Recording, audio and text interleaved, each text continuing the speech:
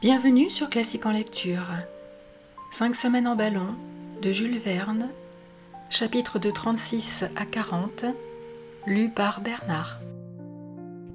Un rassemblement à l'horizon, une troupe d'Arabes, la poursuite, c'est lui, chute de cheval, l'Arabe étranglé, une balle de Kennedy, manœuvre, enlèvement au vol, Joe sauvé. Depuis que Kennedy avait repris son poste d'observation sur le devant de la nacelle, il ne cessait d'observer l'horizon avec une grande attention. Au bout de quelque temps, il se retourna vers le docteur et dit « Si je ne me trompe, voici là-bas une troupe en mouvement, hommes ou animaux. Il est encore impossible de les distinguer. En tout cas, ils s'agitent violemment, car ils soulèvent un nuage de poussière. » « Ne serait-ce pas encore un vent contraire, dit Samuel, une trombe qui viendrait nous repousser au nord ?» Il se leva pour examiner l'horizon.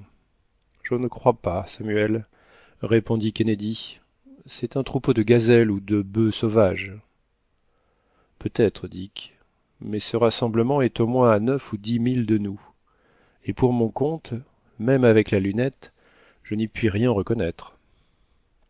En tout cas, je ne le perdrai pas de vue. Il y a là quelque chose d'extraordinaire qui m'intrigue. On dirait parfois comme une manœuvre de cavalerie. Et je ne me trompe pas, ce sont bien des cavaliers, regarde. » Le docteur observa avec attention le groupe indiqué. « Je crois que tu as raison, dit-il, c'est un détachement d'Arabes, ou de Tibous. Ils s'enfuient dans la même direction que nous, mais nous avons plus de vitesse et nous les gagnons facilement. Dans une demi-heure, nous serons à portée de voir et de juger ce qu'il faudra faire. » Kennedy avait repris sa lunette et lorgnait attentivement. La masse des cavaliers se faisait plus visible, quelques-uns d'entre eux s'isolaient. « C'est évidemment, reprit Kennedy, une manœuvre ou une chasse. On dirait que ces gens-là poursuivent quelque chose. Je voudrais bien savoir ce qui en est. Patience, Dick. Dans peu de temps, nous les rattraperons et nous les dépasserons même, s'ils continuent de suivre cette route. Nous marchons avec une rapidité de 20 milles à l'heure, et il n'y a pas de chevaux qui puissent soutenir un pareil train. » Kennedy reprit son observation, et quelques minutes après, il dit « Ce sont des Arabes lancés à toute vitesse, je les distingue parfaitement. Ils sont une cinquantaine. Je vois leurs burnous qui se gonflent contre le vent. C'est un exercice de cavalerie. Leur chef les précède à 100 pas, et ils se précipitent sur ses traces. Quels qu'ils soient, Dick, ils ne sont pas à redouter, et si cela est nécessaire, je m'élèverai. Attends encore, Samuel. C'est singulier, ajouta Dick, après un nouvel examen. Il y a quelque chose dont je ne me rends pas compte. À leurs efforts et à l'irrégularité de leurs lignes, ces Arabes ont plutôt l'air de poursuivre que de suivre. En es-tu certain, Dick ? Évidemment, je ne me trompe pas, c'est une chasse, mais une chasse à l'homme. Ce n'est point un chef qui les précède, mais un fugitif. Un fugitif, dit Samuel avec émotion. Oui, ne le perdons pas de vue et attendons. 3 ou 4 milles furent promptement gagnés sur ces cavaliers qui filaient cependant avec une prodigieuse vélocité. Samuel, Samuel, s'écria Kennedy d'une voix tremblante. Qu'as-tu, Dick ? Est-ce une hallucination ? Est-ce possible ? Que veux-tu dire ? Attends. Et le chasseur essuya rapidement les verres de la lunette et se prit à regarder. Eh bien, dit le docteur. C'est lui, Samuel. Lui, s'écria ce dernier, lui disait tout. Il n'y avait pas besoin de le nommer. C'est lui à cheval, à 100 pas à peine de ses ennemis. Il fuit. C'est bien Joe, dit le docteur en pâlissant. Il ne peut nous voir dans sa fuite. Il nous verra, répondit Fergusson en abaissant la flamme de son chalumeau. Mais comment ? Dans 5 minutes nous serons à 50 pieds du sol, dans 15 nous serons au-dessus de lui. Il faut le prévenir par un coup de fusil. Non, il ne peut revenir sur ses pas, il est coupé. Que faire alors ? Attendre. Attendre, et ces Arabes ? Nous les atteindrons. Nous les dépasserons, nous ne sommes pas éloignés de 2 milles, et pourvu que le cheval de Joe tienne encore. Grand Dieu, fit Kennedy. Qu'y a-t-il ? Kennedy avait poussé un cri de désespoir en voyant Joe précipité à terre. Son cheval, évidemment rendu, épuisé, venait de s'abattre. Il nous a vus, s'écria le docteur en se relevant, il nous a fait signe. Mais les Arabes vont l'atteindre, qu'attend-il ? Ah, le courageux garçon. Hurrah! Fit le chasseur qui ne se contenait plus.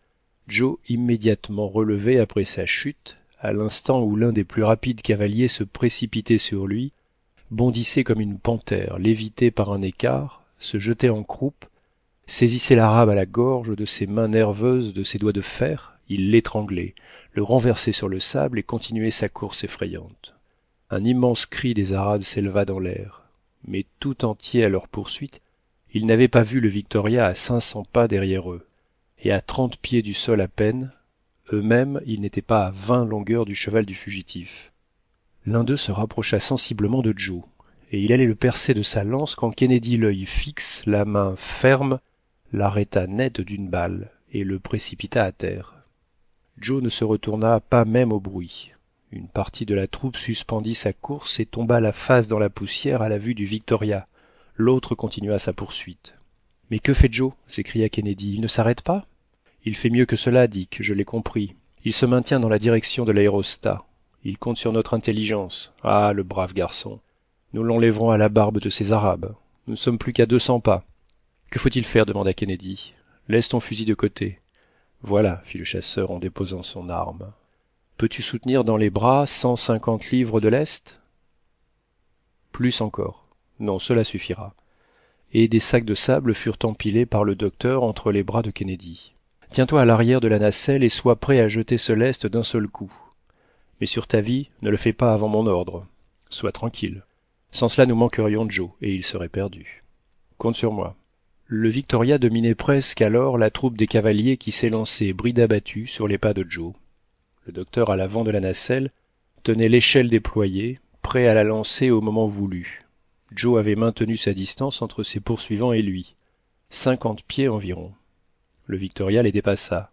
« Attention » dit Samuel à Kennedy. « Je suis prêt. »« Joe, garde à toi » cria le docteur de sa voix retentissante en jetant l'échelle, dont les premiers échelons soulevèrent la poussière du sol.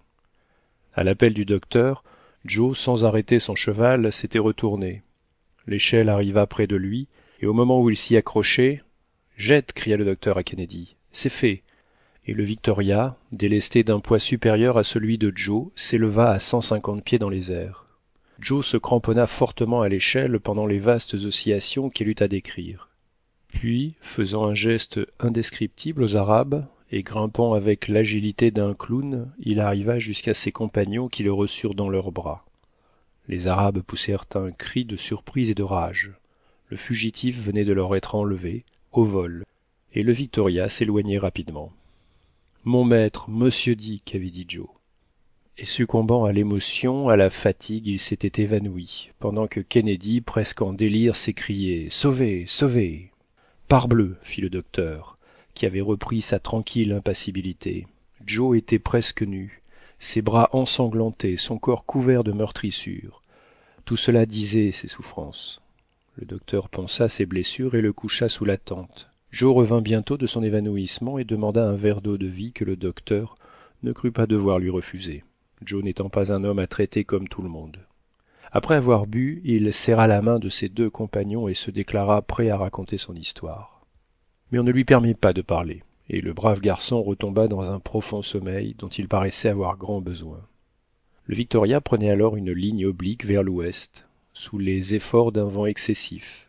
Il revit la lisière du désert épineux, au-dessus des palmiers courbés ou arrachés par la tempête, et après avoir fourni une marche de près de 200 milles depuis l'enlèvement de Joe, il dépassa vers le soir le 10e degré de longitude.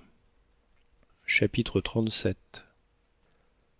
La route de l'Ouest, le réveil de Joe, son entêtement, fin de l'histoire de Joe, Tagelel, inquiétude de Kennedy, route au nord, une nuit près d'Agadès. Le vent pendant la nuit se reposa de ses violences du jour, et le Victoria demeura paisiblement au sommet d'un grand sycomore. Le docteur et Kennedy veillèrent à tour de rôle, et Joe en profita pour dormir vigoureusement, et tout d'un somme pendant 24 heures. « Voilà le remède qu'il lui faut, » dit Fergusson. « La nature se chargera de sa guérison. » Au jour, le vent revint assez fort, mais capricieux. Il se jetait brusquement dans le nord et le sud, mais en dernier lieu le Victoria fut entraîné vers l'ouest. Le docteur, la carte à la main, reconnut le royaume du Damerghou, terrain onduleux d'une grande fertilité, avec les huttes de ses villages faites de longs roseaux entremêlés des branchages de l'asclépias. Les meules de grains s'élevaient, dans les champs cultivés, sur de petits échafaudages destinés à les préserver de l'invasion des souris et des termites.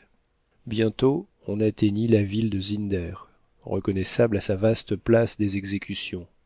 Au centre se dresse l'arbre de mort, le bourreau veille au pied, et quiconque passe sous son ombre est immédiatement pendu. En consultant la boussole, Kennedy ne put s'empêcher de dire « Voilà que nous reprenons encore la route du nord. Qu'importe si elle nous mène à Tombouctou, nous ne nous en plaindrons pas. Jamais plus beau voyage n'aura été accompli en de meilleures circonstances. » Ni en meilleure santé, riposta Joe, qui passait sa bonne figure toute réjouie à travers les rideaux de la tente. Voilà notre brave ami, s'écria le chasseur. Notre sauveur. Comment cela va-t-il? Mais très naturellement, monsieur Kennedy, très naturellement. Jamais je ne me suis si bien porté. Rien qui vous rapproprie un homme comme un petit voyage d'agrément précédé d'un bain dans le Tchad. N'est-ce pas, mon maître? Digne cœur, répondit Fergusson, en lui serrant la main. Que d'angoisse et d'inquiétude tu nous as causé. Eh bien, et vous donc? Croyez-vous que j'étais tranquille sur votre sort? Vous pouvez vous vanter de m'avoir fait une fière peur. Nous ne nous entendrons jamais, Joe, si tu prends les choses de cette façon. Je vois que sa chute ne l'a pas changé, ajouta Kennedy. Ton dévouement a été sublime, mon garçon, et il nous a sauvés, car le Victoria tombait dans le lac, et une fois là, personne n'eût pu l'en tirer. Mais si mon dévouement, comme il vous plaît d'appeler ma culbute, vous a sauvé, est-ce qu'il ne m'a pas sauvé aussi, puisque nous voilà tous les trois en bonne santé? Par conséquent, dans tout cela, nous n'avons rien à nous reprocher. On ne s'entendra jamais avec ce garçon-là, dit le chasseur. Le meilleur moyen de s'entendre, répliqua Joe, c'est de ne plus parler de cela. Ce qui est fait, bon ou mauvais, il n'y a pas à y revenir. Entêté, fit le docteur en riant. Au moins tu voudras bien nous raconter ton histoire. Si vous y tenez beaucoup, mais auparavant je vais mettre cette oie grasse en état de parfaite cuisson, car je vois que Dick n'a pas perdu son temps. Comme tu dis, Joe. Eh bien, nous allons voir comment ce gibier d'Afrique se comporte dans un estomac européen. L'oie fut bientôt grillée à la flamme du chalumeau et, peu après, dévorée. Joe en prit sa bonne part, comme un homme qui n'a pas mangé depuis plusieurs jours. Après le thé et les grogs, il mit ses compagnons au courant de ses aventures. Il parla avec une certaine émotion, tout en envisageant les événements avec sa philosophie habituelle. Le docteur ne put s'empêcher de lui presser plusieurs fois la main quand il vit ce digne serviteur plus préoccupé du salut de son maître que du sien. À propos de la submersion de l'île des Biddiomahs, il lui expliqua la fréquence de ce phénomène sur le lac Tchad. Enfin Joe, en poursuivant son récit, arriva au moment où, plongé dans le marais, il jeta un dernier cri de désespoir. « Je me croyais perdu, mon maître, dit-il, et mes pensées s'adressaient à vous. Je me mis à me débattre. Comment? Je ne vous le dirai pas. J'étais bien décidé à ne pas me laisser engloutir sans discussion.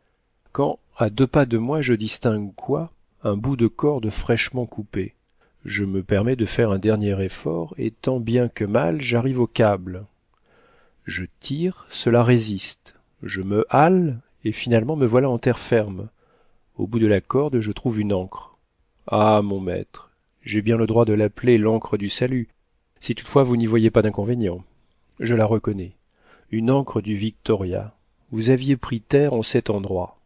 Je suis la direction de la corde qui me donne votre direction, et après de nouveaux efforts, je me tire de la fondrière. J'avais repris mes forces avec mon courage, et je marchai pendant une partie de la nuit, en m'éloignant du lac. J'arrivai enfin à la lisière d'une immense forêt. Là, dans un enclos, des chevaux paissaient sans songer à mal. Il y a des moments dans l'existence où tout le monde sait monter à cheval, n'est-il pas vrai? Je ne perds pas une minute à réfléchir, je saute sur le dos de l'un de ces quadrupèdes, et nous voilà filant vers le nord à toute vitesse. Je ne vous parlerai point des villes que je n'ai pas vues, ni des villages que j'ai évités. Non. Je traverse les champs ensemencés, je franchis les halliers, j'escalade les palissades, je pousse ma bête, je l'excite, je l'enlève, j'arrive à la limite des terres cultivées. Bon. Le désert. Cela me va. Je verrai mieux devant moi. Et de plus loin. J'espérais toujours apercevoir le Victoria m'attendant, en courant débordé. Mais rien. Au bout de 3 heures, je tombai comme un sot dans un campement d'Arabes. Ah, quelle chasse! Voyez-vous, monsieur Kennedy, un chasseur ne sait pas ce qu'est une chasse s'il n'a été chassé lui-même. Et cependant, s'il le peut, je lui donne le conseil de ne pas en essayer. Mon cheval tombait de lassitude. On me serre de près, je m'abats, je saute en croupe d'un arabe, je ne lui en voulais pas, et j'espère bien qu'il ne me garde pas rancune de l'avoir étranglé. Mais je vous avais vu, et vous savez le reste. Le Victoria court sur mes traces et vous me ramassez au vol, comme un cavalier fait d'une bague. N'avais-je pas raison de compter sur vous? Eh bien, monsieur Samuel, vous voyez combien tout cela est simple, rien de plus naturel au monde. Je suis prêt à recommencer, si cela peut vous rendre service encore. Et d'ailleurs, comme je vous le disais, mon maître, cela ne vaut pas la peine d'en parler. Mon brave Joe, répondit le docteur avec émotion, nous n'avions donc pas tort de nous fier à ton intelligence et à ton adresse. Bah, monsieur, il n'y a qu'à suivre les événements et on se tire d'affaire. Le plus sûr, voyez-vous, c'est encore d'accepter les choses comme elles se présentent. Pendant cette histoire de Joe, le ballon avait rapidement franchi une longue étendue de pays. Kennedy fit bientôt remarquer à l'horizon un amas de cases qui se présentait avec l'apparence d'une ville. Le docteur consulta sa carte et reconnut la bourgade de Tagelel, dans le Damerghou. Nous retrouvons ici, dit-il, la route de Barth. C'est là qu'il se sépara de ses deux compagnons, Richardson et Overweg. Le premier devait suivre la route de Zinder, le second celle de Maradi. Et vous vous rappelez que, de ces 3 voyageurs, Barth est le seul qui revit l'Europe. Ainsi, dit le chasseur, en suivant sur la carte la direction du Victoria. Nous remontons directement vers le nord? Directement, mon cher Dick. Et cela ne t'inquiète pas un peu. Pourquoi? C'est que ce chemin-là nous mène à Tripoli et au-dessus du grand désert. Oh, nous n'irons pas si loin, mon ami. Du moins, je l'espère. Mais où prétends-tu t'arrêter? Voyons, Dick. Ne serais-tu pas curieux de visiter Tembouctou? Sans doute, reprit Joe, on ne peut pas se permettre de faire un voyage en Afrique sans visiter Tembouctou. Tu seras le 5e ou 6e Européen qui aura vu cette ville mystérieuse. Va pour Tembouctou. Alors, laisse-nous arriver entre le 17e et le 18e degré de latitude, et là nous chercherons un vent favorable qui puisse nous chasser vers l'ouest. Bien, répondit le chasseur. Mais avons-nous encore une longue route à parcourir dans le nord? 150 milles au moins. Alors, répliqua Kennedy, je vais dormir un peu. Dormez, monsieur, répondit Joe. Vous-même, mon maître, imitez monsieur Kennedy. Vous devez avoir besoin de repos, car je vous ai fait veiller d'une façon indiscrète. Le chasseur s'étendit sous la tente, mais Fergusson, sur qui la fatigue avait peu de prise, demeura à son poste d'observation. Au bout de 3 heures, le Victoria franchissait avec une extrême rapidité un terrain caillouteux, avec des rangées de hautes montagnes nues à base granitique. Certains pics isolés atteignaient même 4000 pieds de hauteur. Les girafes, les antilopes, les autruches bondissaient avec une merveilleuse agilité au milieu des forêts d'acacias, de mimosas, de souahs et de dattiers. Après l'aridité du désert, la végétation reprenait son empire. C'était le pays des Kélouas, qui se voilent le visage au moyen d'une bande de coton, ainsi que leurs dangereux voisins les Touaregs. À 10 heures du soir, après une superbe traversée de 250 milles, le Victoria s'arrêta au-dessus d'une ville importante. La lune en laissait entrevoir une partie à demi ruinée. Quelques pointes de mosquées s'élançaient çà et là, frappées d'un blanc rayon de lumière. Le docteur prit la hauteur des étoiles et reconnut qu'il se trouvait sous la latitude d'Agadès. Cette ville, autrefois le centre d'un immense commerce, tombait déjà en ruine à l'époque où la visita le docteur Barth. Le Victoria n'étant pas aperçu dans l'ombre, prit terre à 2000 au-dessus d'Agadès, dans un vaste champ de millet. La nuit fut assez tranquille et disparut vers les 5 heures du matin, pendant qu'un vent léger sollicitait le ballon vers l'ouest, et même un peu au sud. Fergusson s'empressa de saisir cette bonne fortune. Il s'enleva rapidement et s'enfuit dans une longue traînée des rayons du soleil. Chapitre 38. Traversée rapide, résolution prudente, caravane, averse continuelle, Gao, le Niger, Golbery, Geoffroy Gray, Mungo Park, Ling, René Caillé, Clapperton, John et Richard Lander. La journée du 17 mai fut tranquille et exempte de tout incident. Le désert recommençait. Un vent moyen ramenait le Victoria dans le sud-ouest. Il ne déviait ni à droite ni à gauche. Son ombre traçait sur le sable une ligne rigoureusement droite. Avant son départ, le docteur avait renouvelé prudemment sa provision d'eau. Il craignait de ne pouvoir prendre terre sur ces contrées infestées par les Touaregs aouéliminiens. Le plateau, élevé de 1800 pieds au-dessus du niveau de la mer, se déprimait vers le sud. Les voyageurs, ayant coupé la route d'Agadès à Mourzouk, souvent battus par le pied des chameaux, arrivèrent au soir par 16 degrés de latitude et 4 degrés 55 minutes de longitude, après avoir franchi 180 milles d'une longue monotonie.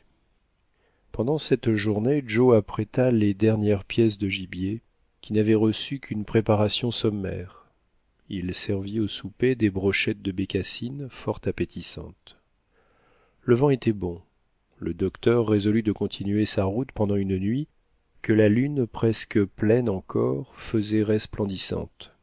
Le Victoria s'éleva à une hauteur de 500 pieds, et pendant cette traversée nocturne de 60 milles environ, le léger sommeil d'un enfant n'eût même pas été troublé. Le dimanche matin, nouveau changement dans la direction du vent. Il porta vers le nord-ouest. Quelques corbeaux volaient dans les airs et, vers l'horizon, une troupe de vautours qui se tint fort heureusement éloignée. La vue de ces oiseaux amena Joe à complimenter son maître sur son idée des 2 ballons. « Où en serions-nous, dit-il, avec une seule enveloppe? Ce second ballon, c'est comme la chaloupe d'un navire. En cas de naufrage, on peut toujours la prendre pour se sauver. » Tu as raison, mon ami. Seulement ma chaloupe m'inquiète un peu. Elle ne vaut pas le bâtiment. Que veux-tu dire? Demanda Kennedy. Je veux dire que le nouveau Victoria ne vaut pas l'ancien. Soit que le tissu en ait été trop éprouvé, soit que le gutta-percha se soit fondu à la chaleur du serpentin. Je constate une certaine déperdition de gaz. Ce n'est pas grand-chose jusqu'ici, mais enfin, c'est appréciable. Nous avons une tendance à baisser et pour me maintenir, je suis forcé de donner plus de dilatation à l'hydrogène. Diable, fit Kennedy, je ne vois guère de remède à cela. Il n'y en a pas, mon cher Dick. C'est pourquoi nous ferons bien de nous presser, en évitant même les haltes de nuit. Sommes-nous encore loin de la côte? Demanda Joe. Quelle côte, mon garçon? Savons-nous donc où le hasard nous conduira? Tout ce que je puis te dire, c'est que Tembouctou se trouve encore à 400 milles dans l'ouest. Et quel temps mettrons-nous à y parvenir? Si le vent ne nous écarte pas trop, je compte rencontrer cette ville mardi vers le soir. Alors, fit Joe en indiquant une longue file de bêtes et d'hommes qui serpentaient en plein désert, nous arriverons plus vite que cette caravane. Fergusson et Kennedy se penchèrent et aperçurent une vaste agglomération d'êtres de toute espèce. Il y avait là plus de 150 chameaux, de ceux qui pour 12 mutkals d'or, 120 francs, vont de Tembouctou à Tafilette, avec une charge de 500 livres sur le dos. Tous portaient, sous la queue, un petit sac destiné à recevoir leurs excréments, seul combustible sur lequel on puisse compter dans le désert. Ces chameaux des Touaregs sont de la meilleure espèce, ils peuvent rester de 3 à 7 jours sans boire, et 2 jours sans manger. Leur vitesse est supérieure à celle des chevaux, et ils obéissent avec intelligence à la voix du Kabir, le guide de la caravane. On les connaît dans le pays sous le nom de Méhari. Tels furent les détails donnés par le docteur, pendant que ses compagnons considéraient cette multitude d'hommes, de femmes, d'enfants, marchant avec peine sur un sable à demi mouvant, à peine contenu par quelques chardons, des herbes flétries et des buissons chétifs. Le vent effaçait la trace de leurs pas presque instantanément. Joe demanda comment les Arabes parvenaient à se diriger dans le désert et à gagner les puits épars dans cette immense solitude. Les Arabes, répondit Fergusson, ont reçu de la nature un merveilleux instinct pour reconnaître leur route. Là où un Européen serait désorienté, ils n'hésitent jamais. Une pierre insignifiante, un caillou, une touffe d'herbe, la nuance différente des sables, leur suffit pour marcher sûrement. Pendant la nuit, ils se guident sur l'étoile polaire. Ils ne font pas plus de 2 milles à l'heure et se reposent pendant les grandes chaleurs de midi. Ainsi, jugez du temps qu'ils mettent à traverser le Sahara, un désert de plus de 900 milles. Mais le Victoria avait déjà disparu aux yeux étonnés des Arabes qui devaient envier sa rapidité. Au soir, il passait par 2° 20' de longitude, le zéro du méridien de Paris, et pendant la nuit, il franchissait encore plus d'1°. Le lundi, le temps changea complètement. La pluie se mit à tomber avec une grande violence. Il fallut résister à ce déluge et à l'accroissement de poids dont il chargeait le ballon et la nacelle. Cette perpétuelle averse expliquait les marais et les marécages qui composaient uniquement la surface du pays. La végétation y reparaissait avec les mimosas, les baobabs et les tamarins. Tel était le Sonré, avec ses villages coiffés de toits renversés comme des bonnets arméniens. Il y avait peu de montagnes, mais seulement ce qu'il fallait de collines pour faire des ravins et des réservoirs, que les pintades et les bécassines sillonnaient de leur vol. Çà et là, un torrent impétueux coupait les routes. Les indigènes le traversaient en se cramponnant à une liane tendue d'un arbre à un autre. Les forêts faisaient place aux jungles dans lesquelles remuaient alligators, hippopotames et rhinocéros. « Nous ne tarderons pas à voir le Niger, dit le docteur. La contrée se métamorphose aux approches des grands fleuves. Ces chemins qui marchent, suivant une juste expression, ont d'abord apporté la végétation avec eux, comme ils apporteront la civilisation plus tard. Ainsi, dans son parcours de 2500 milles, le Niger a semé sur ses bords les plus importantes cités de l'Afrique. Tiens, dit Joe, cela me rappelle l'histoire de ce grand admirateur de la Providence, qu'il a loué du soin qu'elle avait eu de faire passer les fleuves au milieu des grandes villes. À midi, le Victoria passa au-dessus d'une bourgade, d'une réunion de huttes assez misérables, qui fut autrefois une grande capitale. C'est là, dit le docteur, que Barth traversa le Niger à son retour de Tombouctou. Voici ce fleuve fameux dans l'Antiquité, le rival du Nil, auquel la superstition païenne donna une origine céleste. Comme lui, il préoccupa l'attention des géographes de tous les temps, comme celle du Nil. Et plus encore, son exploration a coûté de nombreuses victimes. Le Niger coulait entre deux rives largement séparées.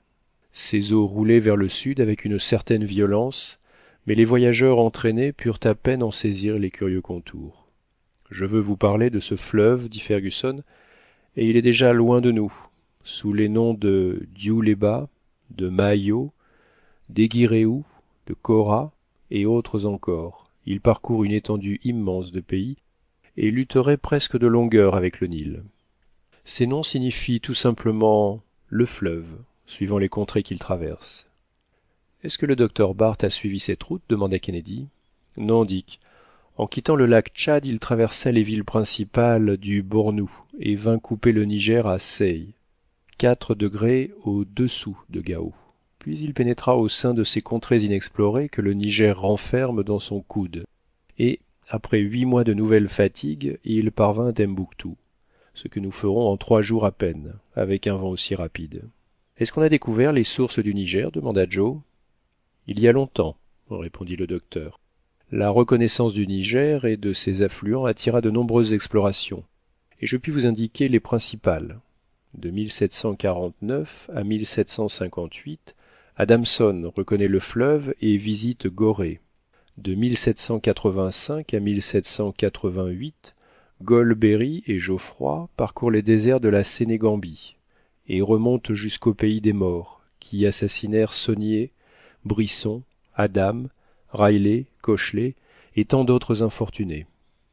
Vient alors l'illustre Mungo Park, l'ami de Walter Scott, écossais comme lui. Envoyé en 1795 par la Société africaine de Londres, il atteint Bambara, voit le Niger, fait 500 milles avec un marchand d'esclaves, reconnaît la rivière de Gambie et revient en Angleterre en 1797.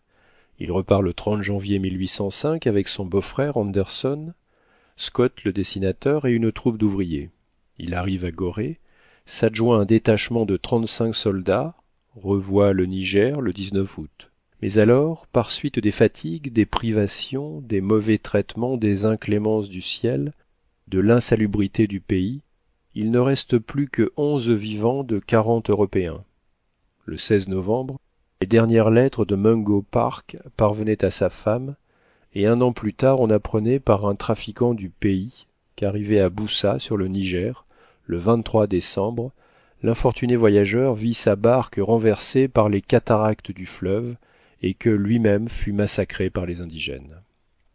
Et cette fin terrible n'arrêta pas les explorateurs. Au contraire, Dick, car alors on avait non seulement à reconnaître le fleuve, mais à retrouver les papiers du voyageur.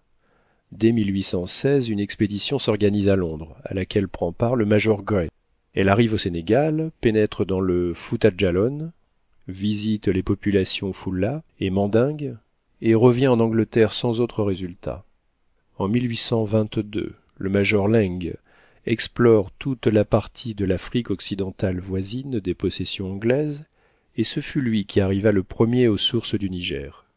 D'après ces documents, la source de ce fleuve immense n'aurait pas 2 pieds de largeur. Facile à sauter, dit Joe. Facile, répliqua le docteur. Si l'on s'en rapporte à la tradition, quiconque essaye de franchir cette source en la sautant est immédiatement englouti. Qui veut y puiser de l'eau se sent repoussé par une main invisible. Et il est permis de ne pas en croire un mot ? Demanda Joe. Cela est permis. 5 ans plus tard, le major Laing devait s'élancer au travers du Sahara, pénétrer jusqu'à Tombouctou et mourir étranglé à quelques milles au-dessus par les Oulad Shiman, qui voulaient l'obliger à se faire musulman. Encore une victime, dit le chasseur. C'est alors qu'un courageux jeune homme entreprit avec ses faibles ressources et accomplit le plus étonnant des voyages modernes. Je veux parler du Français René Caillié. Après diverses tentatives en 1819 et en 1824, il partit à nouveau le 19 avril 1827 du Rio Nunez. Le 3 août, il arriva tellement épuisé et malade à Timé qu'il ne put reprendre son voyage qu'en janvier 1828, 6 mois après. Il se joignit alors à une caravane protégée par son vêtement oriental, atteignit le Niger le 10 mars, pénétra dans la ville de Djenné, s'embarqua sur le fleuve et le descendit jusqu'à Tombouctou, où il arriva le 30 avril. Un autre Français, Humbert, en 1670, un Anglais, Robert Adams, en 1810, avait peut-être vu cette ville curieuse. Mais René Caillié devait être le premier Européen qui en ait rapporté des données exactes. Le 4 mai, il quitta cette reine du désert. Le 9, il reconnut l'endroit même où fut assassiné le major Laing. Le 19, il arriva à El Araouane et quitta cette ville commerçante pour franchir, à travers 1000 dangers, les vastes solitudes comprises entre le Soudan et les régions septentrionales de l'Afrique. Enfin, il entra à Tanger et, le 28 septembre, il s'embarqua pour Toulon. En 19 mois, malgré 180 jours de maladie, il avait traversé l'Afrique de l'ouest au nord. Ah! Si Caillié fût né en Angleterre, on l'eût honoré comme le plus intrépide voyageur des temps modernes, à l'égal de Mungo Park. Mais en France, il n'est pas apprécié à sa valeur. Note. Le docteur Fergusson, en sa qualité d'anglais, exagère peut-être. Néanmoins, nous devons reconnaître que René Caillié ne jouit pas en France, parmi les voyageurs, d'une célébrité digne de son dévouement et de son courage. Fin de la note. C'était un hardi compagnon, dit le chasseur. Et qu'est-il devenu ? Il est mort à 39 ans, des suites de ses fatigues. On crut avoir assez fait en lui décernant le prix de la Société de géographie en 1828. Les plus grands honneurs lui eussent été rendus en Angleterre. Au reste, tandis qu'il accomplissait ce merveilleux voyage, un Anglais concevait la même entreprise et la tentait avec autant de courage, sinon autant de bonheur. C'est le capitaine Clapperton, le compagnon de Denham. En 1829, il rentra en Afrique par la côte ouest dans le golfe de Bénin. Il reprit les traces de Mungo Park et de Laing, retrouva dans Boussa les documents relatifs à la mort du premier, arriva le 20 août à Sakatou, où, retenu prisonnier, il rendit le dernier soupir entre les mains de son fidèle domestique, Richard Lander. Et que devint ce Lander ? Demanda Joe, fort intéressé. Il parvint à regagner la côte et revint à Londres, rapportant les papiers du capitaine et une relation exacte de son propre voyage. Il offrit alors ses services au gouvernement pour compléter la reconnaissance du Niger. Il s'adjoignit son frère, John, second enfant de pauvres gens des Cornouailles, et tous les deux, de 1829 à 1831, ils redescendirent le fleuve depuis Boussa jusqu'à son embouchure, le décrivant village par village, mille par mille. Ainsi ces deux frères échappèrent au sort commun, demanda Kennedy. Oui, pendant cette exploration du moins, car en 1833, Richard entreprit un troisième voyage au Niger et périt frappé d'une balle inconnue près de l'embouchure du fleuve. Vous le voyez donc, mes amis, ce pays que nous traversons a été témoin de nobles dévouements qui n'ont eu trop souvent que la mort pour récompense. Chapitre 39. Le pays dans le coude du Niger. Vue fantastique des monts Ombori, Cabra, Tembouctou, plan du docteur Barth, décadence, où le ciel voudra. Pendant cette maussade journée du lundi, le docteur Fergusson se plut à donner à ses compagnons 1000 détails sur la contrée qu'ils traversaient. Le sol assez plat n'offrait aucun obstacle à leur marche. Le seul souci du docteur était causé par ce maudit vent du nord-est qui soufflait avec rage et l'éloignait de la latitude de Tembouctou. Le Niger, après avoir remonté au nord jusqu'à cette ville, s'arrondit comme un immense jet d'eau et retombe dans l'océan Atlantique, en gerbes largement épanouies. Dans ce coude, le pays est très varié, tantôt d'une fertilité luxuriante, tantôt d'une extrême aridité. Les plaines incultes succèdent aux champs de maïs qui sont remplacés par de vastes terrains couverts de genêts. Toutes les espèces d'oiseaux d'humeur aquatique, pélicans, sarcelles, martins pêcheurs, vivent en troupes nombreuses sur les bords des torrents et des marigots.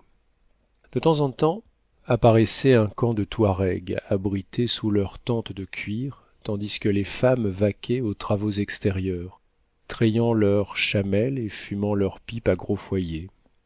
Le Victoria, vers 8 heures du soir, s'était avancé de plus de 1200 milles à l'ouest, et les voyageurs furent alors témoins d'un magnifique spectacle. Quelques rayons de lune se frayèrent un chemin par une fissure des nuages, et, glissant entre les raies de pluie, tombèrent sur la chaîne des monts Ombori. Rien de plus étrange que ces crêtes d'apparence basaltique. Elles se profilaient en silhouette fantastique sur le ciel assombri. On eût dit les ruines légendaires d'une immense ville du Moyen-Âge, telles que, par les nuits sombres, les banquises des mers glaciales en présentent, au regard étonné. Voilà un site des mystères d'Udolphe, dit le docteur. Anne Radcliffe n'aurait pas découpé ces montagnes sous un plus effrayant aspect. Ma foi, répondit Joe, je n'aimerais pas me promener seul le soir dans ce pays de fantômes. Voyez-vous, mon maître, si ce n'était pas si lourd, j'emporterais tout ce paysage en Écosse. Cela ferait bien sur les bords du lac Lomond, et les touristes y courraient en foule. Notre ballon n'est pas assez grand pour te permettre cette fantaisie, mais il me semble que notre direction change. Bon, les lutins de l'endroit sont fort aimables, ils nous soufflent un petit vent de sud-est qui va nous remettre en bon chemin. En effet, le Victoria reprenait une route plus au nord, et le 20, au matin, il passait au-dessus d'un inextricable réseau de canaux, de torrents, de rivières, tout l'enchevêtrement complet des affluents du Niger. Plusieurs de ces canaux, recouverts d'une herbe épaisse, ressemblaient à de grasses prairies. Là, le docteur retrouva la route de Barth, quand celui-ci s'embarqua sur le fleuve pour le descendre jusqu'à Tembouctou. Large de 800 toises, le Niger coulait ici entre deux rives riches en crucifères et en tamarins. Les troupeaux bondissants, des gazelles, mêlaient leurs cornes annelées aux grandes herbes, entre lesquelles l'alligator les guettait en silence. De longues files d'ânes et de chameaux chargés des marchandises de Géné s'enfonçaient sous les beaux arbres. Bientôt, un amphithéâtre de maisons basses apparut à un détour du fleuve. Sur les terrasses et les toits était amoncelé tout le fourrage recueilli dans les contrées environnantes. C'est Cabra, s'écria joyeusement le docteur. C'est le port de Tembouctou. La ville n'est pas à 5 milles d'ici. Alors, vous êtes satisfait, monsieur demanda Joe. Enchanté, mon garçon. Bon, tout est pour le mieux. En effet, à 2 heures, la reine du désert, la mystérieuse Tembouctou, qui eut comme Athènes et Rome ses écoles de savants et ses chaires de philosophie, se déploya sous les regards des voyageurs. Fergusson en suivait les moindres détails sur le plan tracé par Barth lui-même. Il en reconnut l'extrême exactitude. La ville forme un vaste triangle inscrit dans une immense plaine de sable blanc. Sa pointe se dirige vers le nord et perce un coin du désert. Rien aux alentours, à peine quelques graminées, des mimosas nains et des arbrisseaux rabougris. Quant à l'aspect de Tembouctou, que l'on se figure un entassement de billes et de dés à jouer. Voilà l'effet produit à vol d'oiseau. Les rues, assez étroites, sont bordées de maisons qui n'ont qu'un rez-de-chaussée, construites en briques cuites au soleil, et de huttes de paille et de roseaux, celles-ci coniques, celles-là carrées. Sur les terrasses sont nonchalamment étendus quelques habitants drapés dans leurs robes éclatantes, la lance ou le mousquet à la main, de femmes point, à cette heure du jour. Mais on les dit belles, ajouta le docteur. Vous voyez les trois tours des trois mosquées restées seules entre un grand nombre. La ville est bien déchue de son ancienne splendeur. Au sommet du triangle s'élève la mosquée de Sankoré, avec ses rangées de galeries soutenues par des arcades d'un dessin assez pur.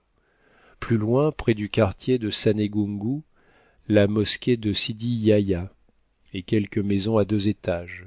Ne cherchez ni palais ni monument. Le cheik est un simple trafiquant, et sa demeure royale un comptoir. Il me semble, dit Kennedy, apercevoir des remparts à demi renversés. Ils ont été détruits par les Foulanes en 1826.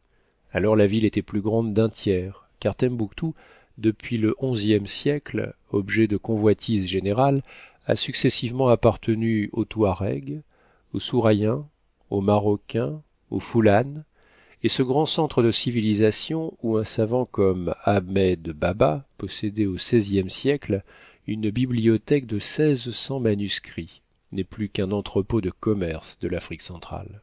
La ville paraissait livrée, en effet, à une grande incurie. Elle accusait la nonchalance épidémique des cités qui s'en vont. D'immenses décombres s'amoncelaient dans les faubourgs et formaient avec la colline du marché les seuls accidents du terrain. Au passage du Victoria, il se fit bien quelques mouvements. Le tambour fut battu, mais à peine si le dernier savant de l'endroit eut le temps d'observer ce nouveau phénomène. Les voyageurs, repoussés par le vent du désert, reprirent le cours sinueux du fleuve, et bientôt Tembouctou ne fut plus qu'un des souvenirs rapides de leur voyage. Et maintenant, dit le docteur, le ciel nous conduise où il lui plaira. Pourvu que ce soit dans l'ouest, répliqua Kennedy. Bah, fit Joe, il s'agirait de revenir à Zanzibar par le même chemin et de traverser l'océan jusqu'en Amérique. Cela ne me ferait guère. Il faudrait d'abord le pouvoir, Joe. Et que nous manque-t-il pour cela? Du gaz, mon garçon. La force ascensionnelle du ballon diminue sensiblement, et il faudra de grands ménagements pour qu'il nous porte jusqu'à la côte. Je vais même être forcé de jeter du lest. Nous sommes trop lourds. Voilà ce que c'est que de ne rien faire, mon maître. À rester toute la journée étendu comme un fainéant dans son hamac, on engraisse et l'on devient pesant. C'est un voyage de paresseux que le nôtre, et, au retour, on nous trouvera affreusement gros et gras. Voilà bien des réflexions dignes de Joe, répondit le chasseur. Mais attends donc la fin. Sais-tu ce que le ciel nous réserve? Nous sommes encore loin du terme de notre voyage. Où crois-tu remonter la côte d'Afrique, Samuel?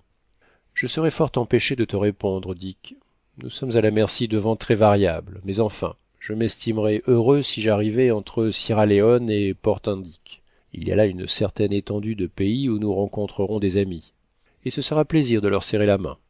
Mais suivons-nous au moins la direction voulue? Pas trop, Dick, pas trop. Regarde l'aiguille aimantée. Nous portons au sud, et nous remontons le Niger vers ses sources. Une fameuse occasion de les découvrir, riposta Joe, si elle n'était déjà connue. Est-ce qu'à la rigueur on ne pourrait pas lui en trouver d'autres? Non, Joe, mais sois tranquille, j'espère bien ne pas aller jusque-là. À la nuit tombante, le docteur jeta les derniers sacs de lest. Le Victoria se releva, le chalumeau, quoique fonctionnant à pleine flamme, pouvait à peine le maintenir. Il se trouvait alors à 60 milles dans le sud de Tembouctou, et, le lendemain, il se réveillait sur les bords du Niger, non loin du lac Debo. Chapitre 40.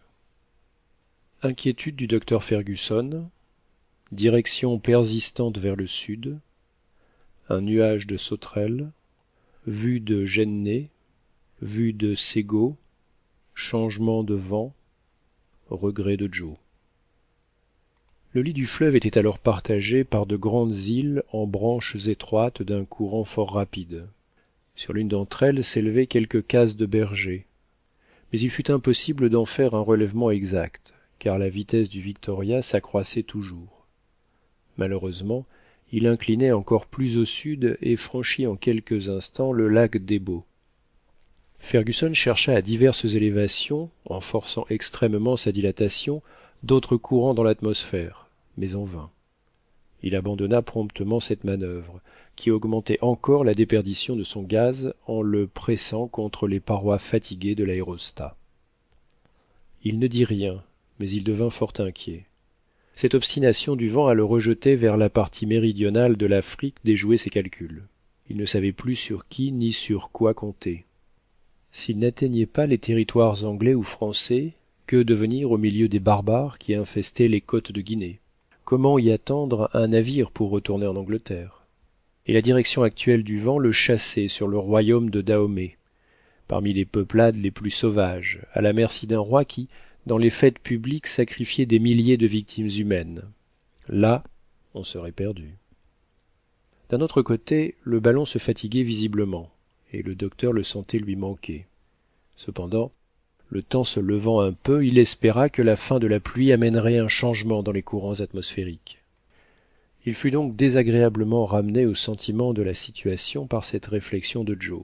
« Bon, disait celui-ci, voici la pluie qui va redoubler, et cette fois ce sera le déluge, s'il faut en juger par ce nuage qui s'avance. »« Encore un nuage, dit Fergusson. »« Et un fameux, répondit Kennedy. »« Comme je n'en ai jamais vu, répliqua Joe, avec des arêtes tirées au cordeau. »« Je respire, dit le docteur en déposant sa lunette, ce n'est pas un nuage. »« Par exemple, fit Joe. »« Non, c'est une nuée. »« Eh bien ? » ?»« Mais une nuée de sauterelles. »« Ça, des sauterelles ? » Des milliards de sauterelles qui vont passer sur ce pays comme une trombe. Et malheur à lui, car si elles s'abattent, il sera dévasté. Je voudrais bien voir cela. Attends un peu, Joe. Dans 10 minutes, ce nuage nous aura atteints, et tu en jugeras par tes propres yeux. Fergusson disait vrai. Ce nuage épais, opaque, d'une étendue de plusieurs milles, arrivait avec un bruit assourdissant, promenant sur le sol son ombre immense. C'était une innombrable légion de ces sauterelles auxquelles on a donné le nom de criquets. À 100 pas du Victoria, elles s'abattirent sur un pays verdoyant. Un quart d'heure plus tard, la masse reprenait son vol et les voyageurs pouvaient encore apercevoir de loin les arbres, les buissons entièrement dénudés, les prairies comme fauchées. On eût dit qu'un subit hiver venait de plonger la campagne dans la plus profonde stérilité. « Eh bien, Joe, eh bien, monsieur, c'est fort curieux, mais fort naturel. Ce qu'une sauterelle ferait en petit, des milliards le font en grand. C'est une effrayante pluie, dit le chasseur, et plus terrible encore que la grêle par ses dévastations. Il est impossible de s'en préserver, répondit Fergusson. Quelquefois les habitants ont eu l'idée d'incendier des forêts, des moissons même, pour arrêter le vol de ces insectes. Mais les premiers rangs se précipitant dans les flammes les éteignaient sous leur masse, et le reste de la bande passait irrésistiblement. Heureusement, dans ces contrées, il y a une sorte de compensation à leurs ravages. Les indigènes recueillent ces insectes en grand nombre et les mangent avec plaisir. Ce sont les crevettes de l'air, dit Joe, qui, pour s'instruire, ajouta-t-il, regretta de n'avoir pu en goûter.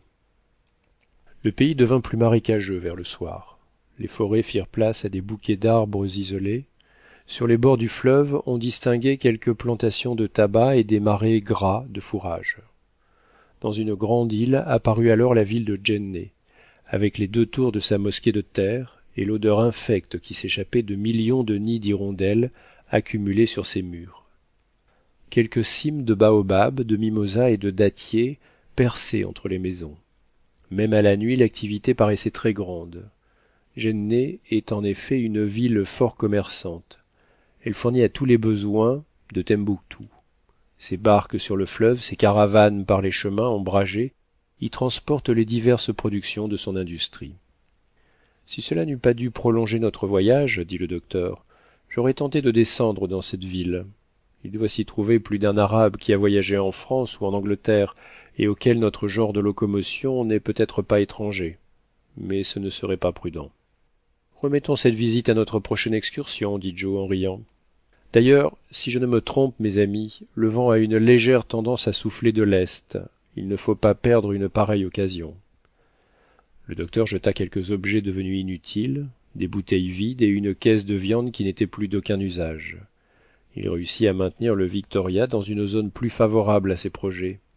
À 4 heures du matin, les premiers rayons du soleil éclairaient Sego, la capitale du Bambara, parfaitement reconnaissable aux 4 villes qui la composent, à ses mosquées mauresques et au va-et-vient incessant des bacs qui transportent les habitants dans les divers quartiers.